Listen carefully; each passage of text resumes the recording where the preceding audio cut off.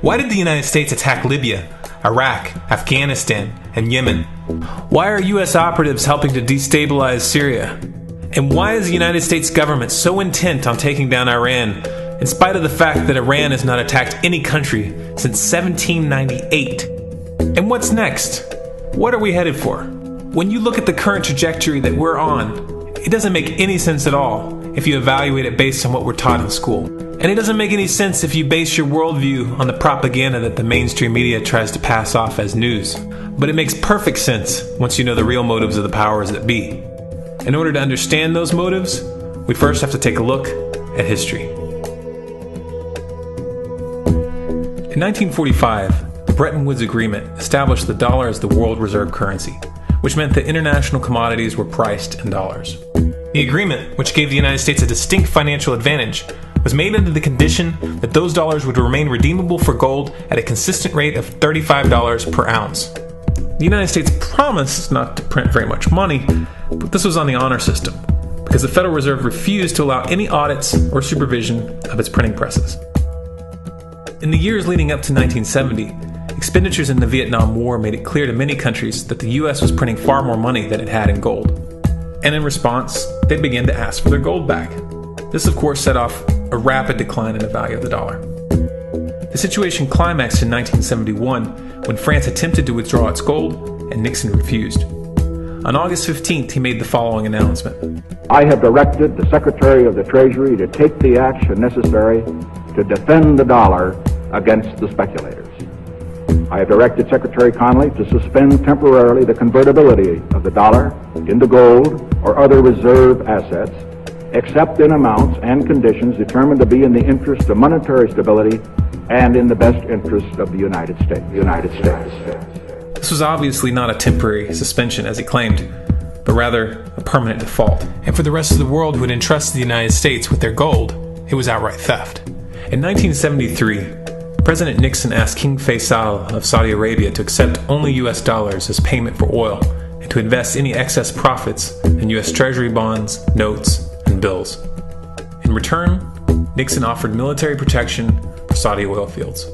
The same offer was extended to each of the world's key oil-producing countries, and by 1975, every member of OPEC had agreed to only sell their oil in U.S. dollars. The act of moving the dollar off of gold and tying it to foreign oil instantly forced every oil-importing country in the world to start maintaining a constant supply of Federal Reserve paper.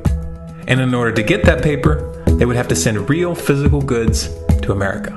This was the birth of the Petro-Dollar. Paper went out, everything America needed came in, and the United States got very, very rich as a result. It was the largest financial con in recorded history.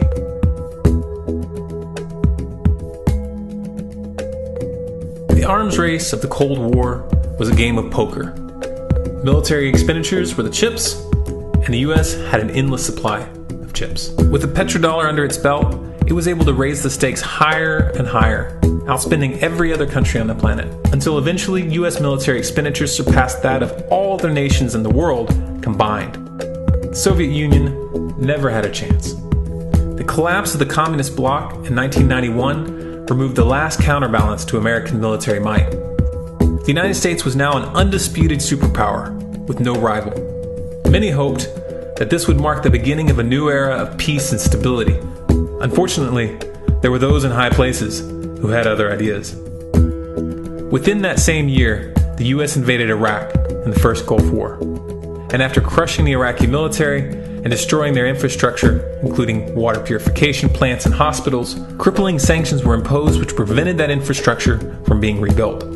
These sanctions, which were initiated by Bush Sr. and sustained throughout the entire Clinton administration, lasted for over a decade and were estimated to have killed over 500,000 children. The Clinton administration was fully aware of these figures. We have heard that 500,000 children have died. I mean, that's more children than died in Hiroshima. And you know, is the price worth it? I think this is a very hard choice, but we think the price is worth it. Miss Albright, what exactly was it that was worth killing 500,000 kids for? In November of 2000, Iraq began selling its oil exclusively in euros. This was a direct attack on the dollar and on U.S. financial dominance, and it wasn't going to be tolerated. In response, the U.S. government, with the assistance of the mainstream media, began to build up a massive propaganda campaign claiming that Iraq had weapons of mass destruction and was planning to use them. In 2003, the U.S. invaded, and once they had control of the country, oil sales were immediately switched back to dollars. This is particularly notable due to the fact that switching back to the dollar meant a 15 to 20% loss in revenue due to the euro's higher value. It doesn't make any sense at all unless you take the Petro-Dollar into account. So I came back to see him a few weeks later, and by that time we were bombing in Afghanistan. I said, "Are we still going to war with Iraq?" And he said, "Oh, it's worse than that." He said, he reached over on his desk, he picked up a piece of paper, he said, I just got this down from upstairs, meaning the Secretary of Defense's office today, and he said, "This is a memo that describes how we're going to take out 7 countries in 5 years, starting with Iraq and then Syria, Lebanon, Libya, Somalia, Sudan, and finishing off Iran. Let's take a look at the events of the past decade and see if you see a pattern. In Libya, Gaddafi was in the process of organizing a bloc of African countries to create a gold-based currency called the dinar, which they intended to use to replace the dollar in that region. US and NATO forces helped destabilize and topple the Libyan government in 2011, and after taking control of the region, US armed rebels executed Gaddafi in cold blood and immediately set up the Libyan central bank.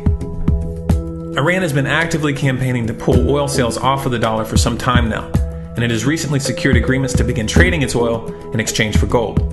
In response, the US government, with mainstream media assistance, has been attempting to build international support for military strikes on the pretext of preventing Iran from building a nuclear weapon. In the meantime, they established sanctions which US officials openly admit are aimed at causing a collapse of the Iranian economy.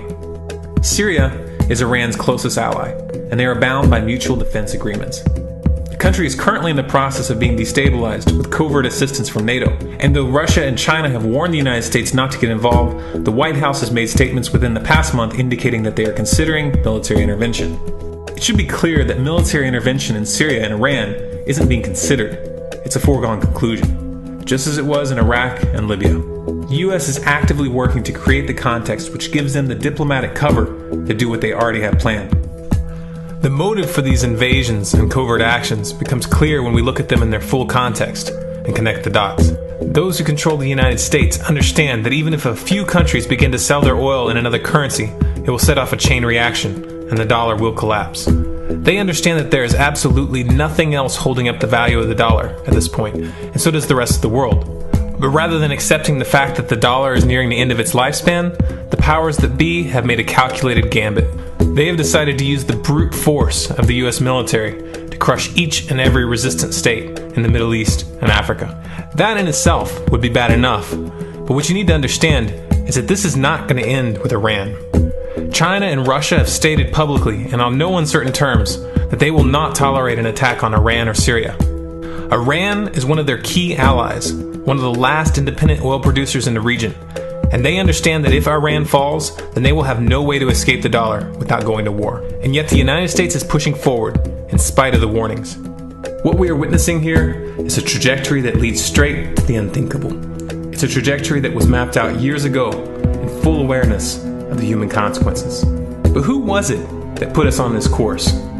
What kind of psychopath is willing to intentionally set off a global conflict that will lead to millions of deaths just to protect the value of a paper currency? It obviously isn't the president. The decision to invade Libya, Syria, and Iran was made long before Obama had risen to the national spotlight. And yet, he's carrying out his duty just like the puppets that preceded him. So who is it that pulls the strings? Often the best answer to questions like this are found by asking another question. Qui bono? Who benefits? Obviously, those who have the power to print the dollar out of thin air have the most to lose if the dollar were to fall. And since 1913, that power has been held by the Federal Reserve. The Federal Reserve is a private entity owned by a conglomerate of the most powerful banks in the world. And the men who control those banks are the ones who pull the strings. To them, this is just a game. Your life and the lives of those you love are just pawns on their chessboard. And like a spoiled 4-year-old who tips the board onto the floor when they start to lose, the powers that be are willing to start World War III to keep control of the global financial system. Remember that when these wars extend and accelerate. Remember that when your son or your neighbor's son comes back home in a flag-draped coffin. Remember that when they point the finger at the new boogeyman. Because the madmen who are running this show will take this as far as you allow them to. So how much time do we have left? It's a question I hear constantly, but it's the wrong question. Asking how much time we have left is a passive posture. It's the attitude of a prisoner who's waiting to be taken out to a ditch and shot in the back of the head. What are our chances? Can we change course? Also the wrong question. The odds don't matter anymore. If you understand what we're facing, then you have a moral responsibility to do everything in your power to alter the course that we're on, regardless of the odds. It's only when you stop basing your involvement on the chances of success that success actually becomes possible. To strip the ill-begotten power from the financial elites and to bring these criminal cartels to justice will require nothing less than a revolution. The government is not going to save us. The government is completely infiltrated and corrupt to the core. Looking to them for a solution at this point is utterly naive. There are 3 stages of revolution, and they are sequential. Stage 1 is already underway. Stage 1 is the ideological resistance.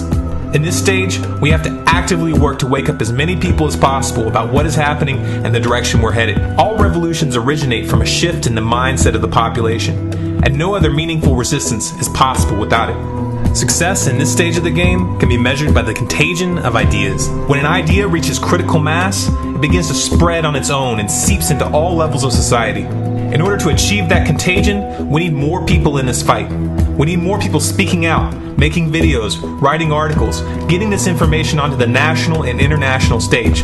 And we especially need to reach the police and the military. Stage 2 is civil disobedience, also known as nonviolent resistance. In this stage, you put your money where your mouth is, or more accurately, you withhold your money and your obedience from the government, and you do everything in your power to bring the gears of the state to a halt. Practiced in mass, this method alone is often enough to bring a regime to its knees. However, if you fail at this stage, Stage 3 is inevitable. Stage 3 is direct physical resistance. Direct physical resistance is the last resort, and it should be avoided and delayed as long as possible, and it should only be invoked after all other options have been thoroughly exhausted. There are those who talk tough and claim that they will resist when the time comes, but what those people fail to realize is that if you are inactive during the first 2 stages and save your efforts for the last resistance, then you will fail. When the Nazis were moving door to door, dragging people out of their homes in Germany, that was the time to fight back physically. But due to the lack of ideological resistance and civil disobedience leading up to that moment, even an armed uprising would have likely failed at that point. An armed uprising can only succeed if the people have established an attitude of active resistance. And active resistance is only possible after their minds have broken free from the mainstream propaganda. If you want to fight back, it's now or never. You're not going to get another chance, and the stakes are far higher than they were in Nazi Germany.